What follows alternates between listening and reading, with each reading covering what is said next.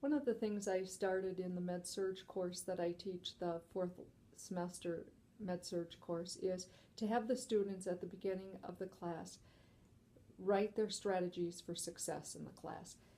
And then I also had them develop what might be some obstacles to them being successful in the course, and strategies that they were then going to use to overcome those obstacles.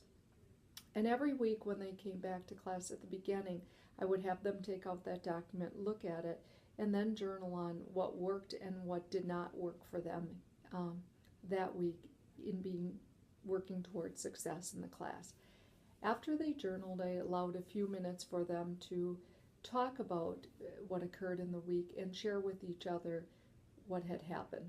And it really was very enlightening as I listened to them, because they shared things like, such as on test week, well, I really was using Facebook too much. So what I did was put my phone in my upper level of my home while I was studying, so it was not distractful. Or another conversation that occurred was a mother talking about feeling very guilty for not spending enough time with her children and needing to study, and other classmates helping and coming up with ideas with her of like, what is quality of time versus quantity of time. And so I will continue to do that in the future. One of the other teaching methods that I used from the class was just changing a traditional learning strategy of lecturing about blood transfusion reactions in our advanced skills class, and I made that very interactive.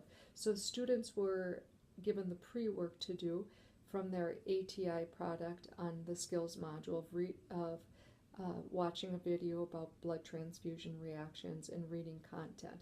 But then when they came to class, I have the students split into 4 groups. I had each group, I gave a type a blood transfusion reaction to the group.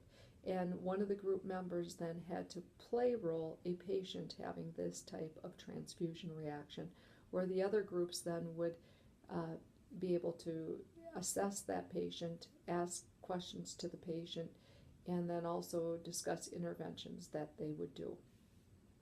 And I found this very helpful in that the students were engaged in the learning. When I looked at the rubric where they are evaluated on in advanced skills, there really was not any student who scored below the level of 4, which is required on that rubric for knowing the signs and symptoms of a blood transfusion reaction, and also the nursing interventions for it. So again, I think once we engage those students, they become much more successful in retaining and being able to apply this material.